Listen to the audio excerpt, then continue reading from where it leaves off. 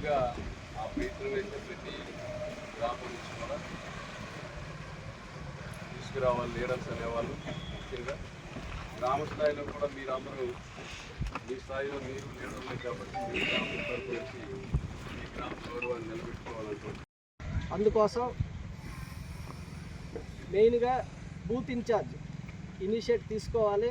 ప్రతి గ్రామం నుంచి మనం ఎంతమందిని అయితే రిజిస్టర్ చేసామో కేఎస్ఎస్ వాళ్ళతో పాటు కార్యకర్తలు, గ్రామాధ్యక్షులు, గ్రామంలో మన తెలుగుదేశం కుటుంబ సభ్యులు వీళ్ళందరూ కూడా తీసుకొని మినిమం ఒక గ్రామం నుంచి మినిమం 20 మంది కావాలి.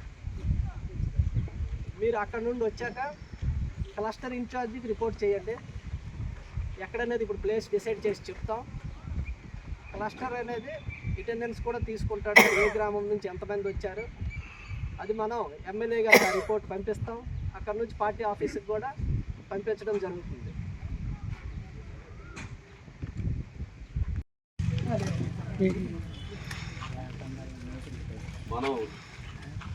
మేము వెళ్ళి విజయవాడ, గుంటూరు ఇప్పుడు చాలాసార్లు వెళ్ళడం జరిగింది.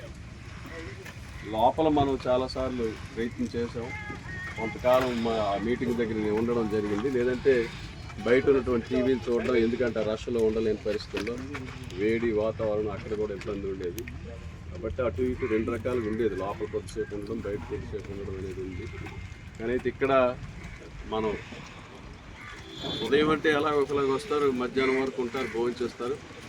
రెండో పూట దగ్గరికి వచ్చేటప్పటికి అంతకాలం ఇక్కడే వెయిట్ చేయడం అనేది కష్టసాధ్యమైనా ఉండాల్సిందే.